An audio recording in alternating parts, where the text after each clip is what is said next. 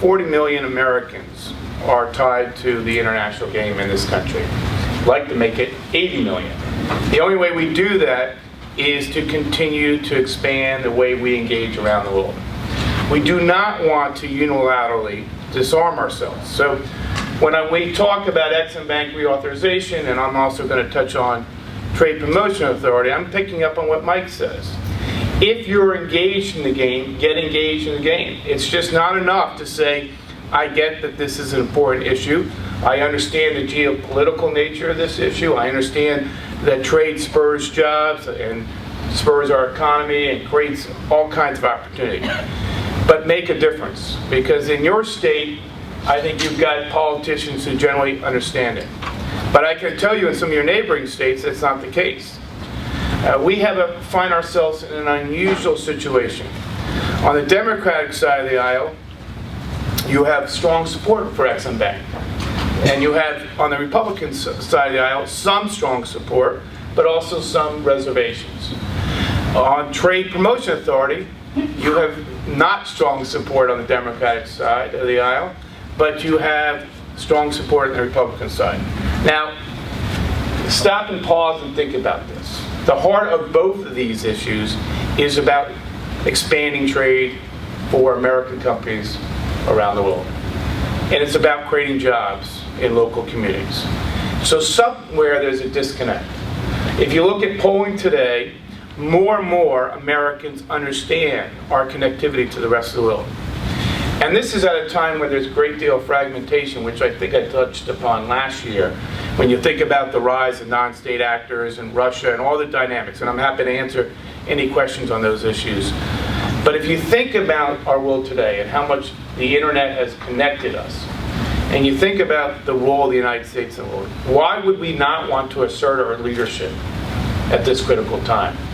Now, I know many of you understand the value of the Ex-Im Bank.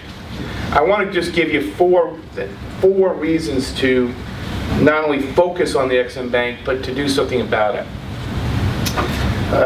And I'll begin with just the context. All of you, I think, know that the charter for Ex-Im Bank reauthorization expires in late June.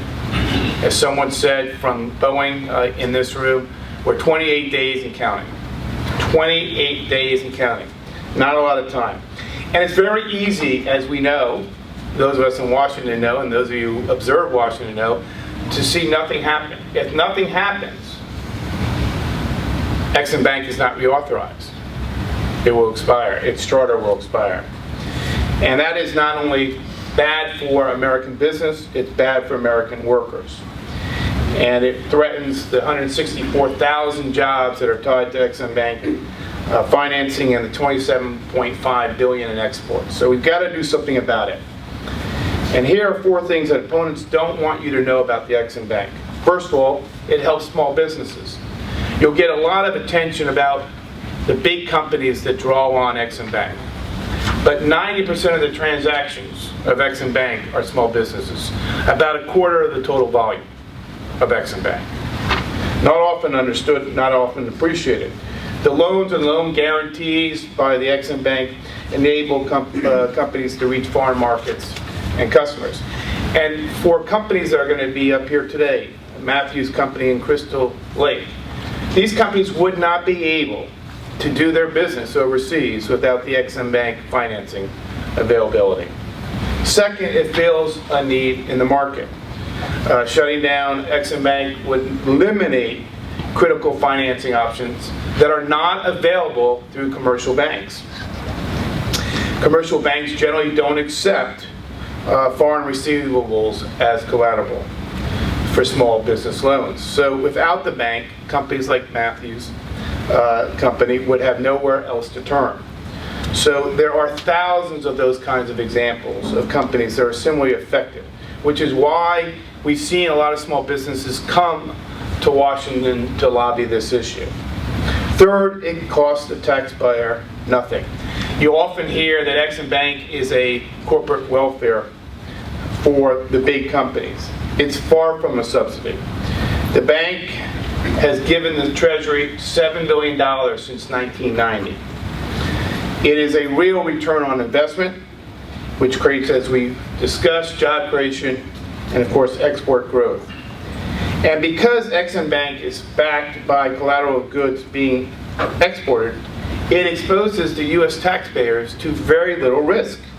And the default rate is something like 2% or less on Ex-Im Bank financing. So when you hear that it costs the taxpayer, know that is just wrong. And know that you've got to push back on that argument. Fourth, it helps the U.S. maintain its competitive edge in the world economy. You know, we often reference the fact that Ex-Im Bank provides all this financing. Well, our trading partners provide it in much more growth numbers. 18 times more export credit assistance is coming from our trading partners than from the United States. More than 60 countries are in this game, and many of them are doing this in a greater number and at really subsidized rates. So if we unilaterally disarm, we're just closing down markets to our companies and eliminating opportunities that would be there otherwise.